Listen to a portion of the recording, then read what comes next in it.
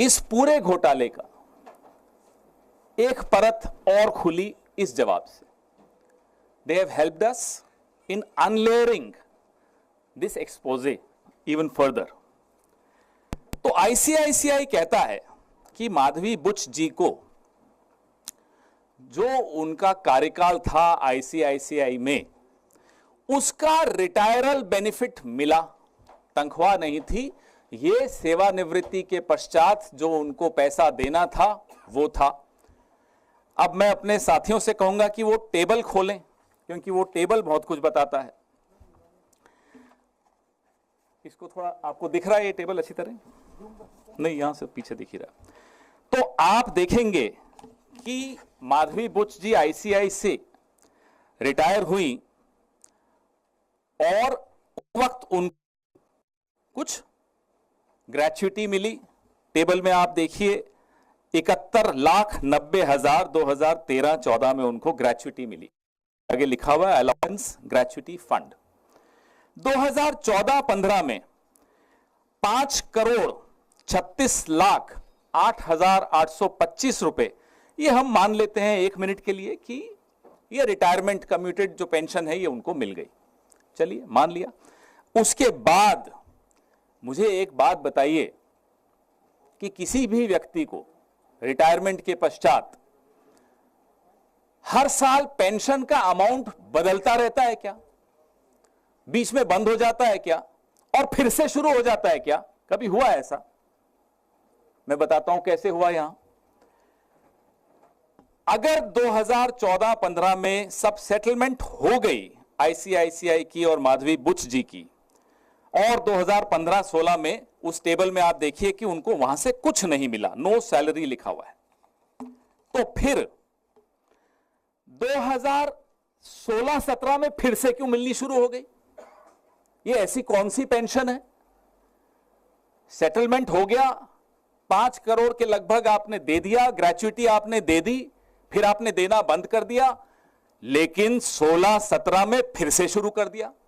ये बड़ी चमत्कारिक पेंशन है, फिर से मिल गई।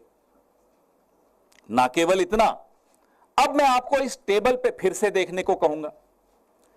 इस टेबल में आपको 2007 से लेकर और 2013-14 जब तक वो आईसीआईसीआई में थी, उनकी तनख्वाह दिखाता हूं।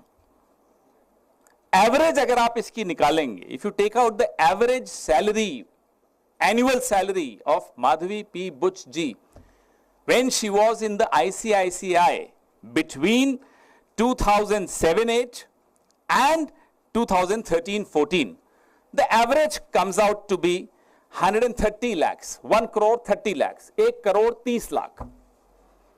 और पेंशन का एवरेज कितना है साल का? 2 करोड़ 77 लाख। कौन सी ऐसी नौकरी है जहां पेंशन तनख्वाह से ज्यादा है, डबल से ज्यादा?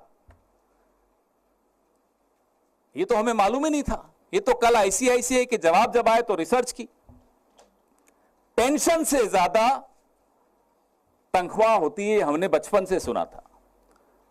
तनख्वाह से ज्यादा पेंशन न्यू इंडिया में आने लग गई, कुछ लोगों को मिलती है।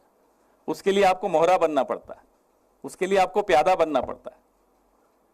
हम इस बात का जवाब, आईसीआईसीआई से हमें कोई गुरेज नहीं है, वो दे दें, हमें कोई दिक्कत नहीं।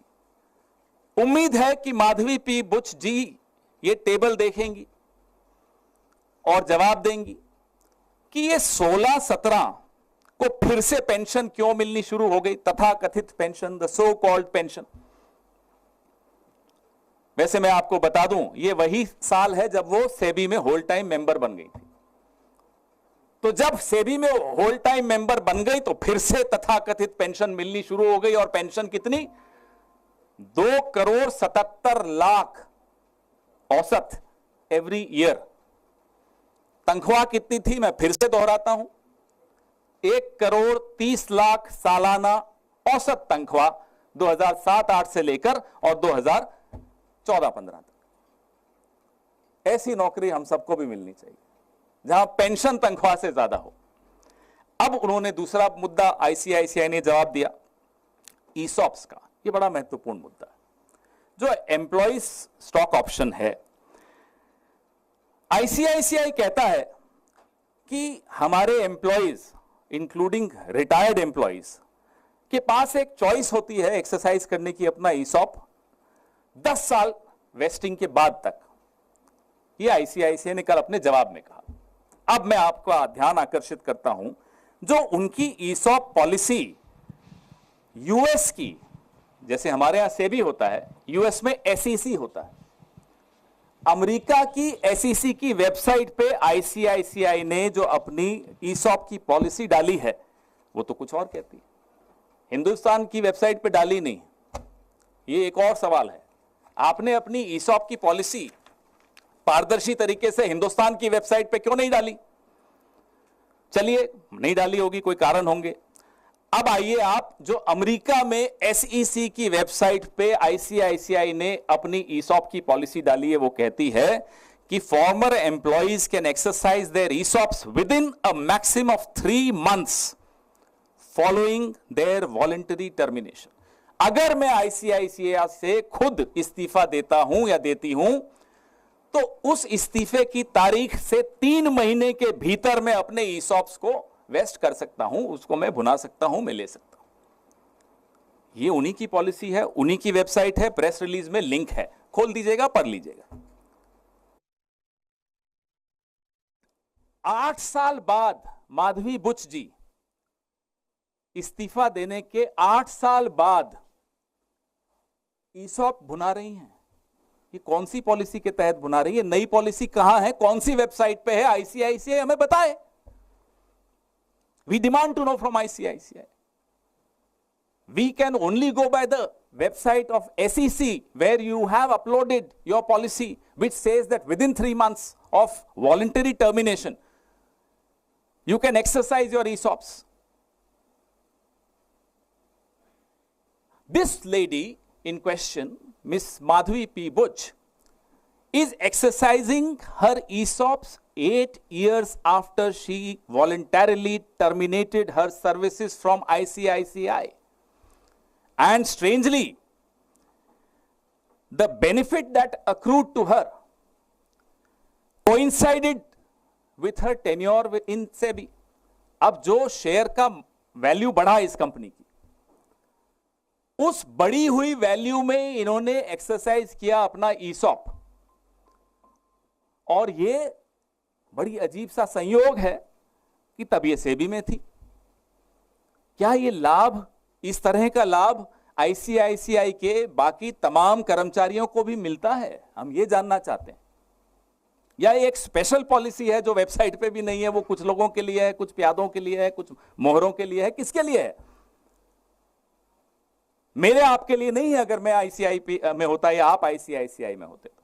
लेकिन माधवी बुच जी 8 साल के बाद ईसॉप्स को एक्सरसाइज करती हैं। कौन सी पॉलिसी के तहत करती हैं, हम ये जानना चाहते हैं। फिर अब ईसॉप पे जो टीडीएस दिया, ईसॉप पे एक सवाल हम और पूछना चाहते हैं, मैं भूल गया, माफी चाहता हूं, कि जो ईसॉप्स आपने माधवी बुच जी को दिए वो कहां से दिए होंगे? वो एम्प्लॉइज ईसॉप्स ट्रस्ट से दिए होंगे, किसी का हक मार के दिए होंगे, और एम्प्लॉइज का आपने हक मारा और माधवी बुच जी को आपने उपकृत किया, उनको ऑब्लाइज किया। बताइए, अगर गलत है तो जवाब दीजिए। ईसॉप भी तो ट्रस्ट से ही आएगा। उस ट्रस्ट में जो ईसॉप्स हैं, अगर मैंने ज्यादा ले लिए तो विनीत जी को नुकसान होगा। कितने ऐसे कर्मचारियों को आपने नुकसान दिया और 8 साल बाद एक्सरसाइज करने का इनको अधिकार दिया, ये हम जानना चाहते हैं। अब आइए आप तीसरे और आखिरी मुद्दे पर। The last and the third point is the TDS on ESOPs. जो टीडीएस था ईसॉप्स पे, आईसीआईसीआई ने दिया माधवी बुच जी के बिहाफ पर। हम ये जानना चाहते हैं कि क्या ये नीति, ये पॉलिसी तमाम आईसीआईसीआई के अधिकारियों और कर्मचारियों के लिए भी आप करते हैं कि उनका ईसॉप्स पे टीडीएस आप देते हैं? Do you do this? Do you extend this courtesy to every employee of ICICI that you pay the TDS on their behalf? And ये जो TDS आपने दिया, जो अमाउंट है उस TDS का आपने पे कर दिया माधवी जी के बिहाफ पर, तो क्या वो माधवी बुच जी की इनकम में माना नहीं जाएगा?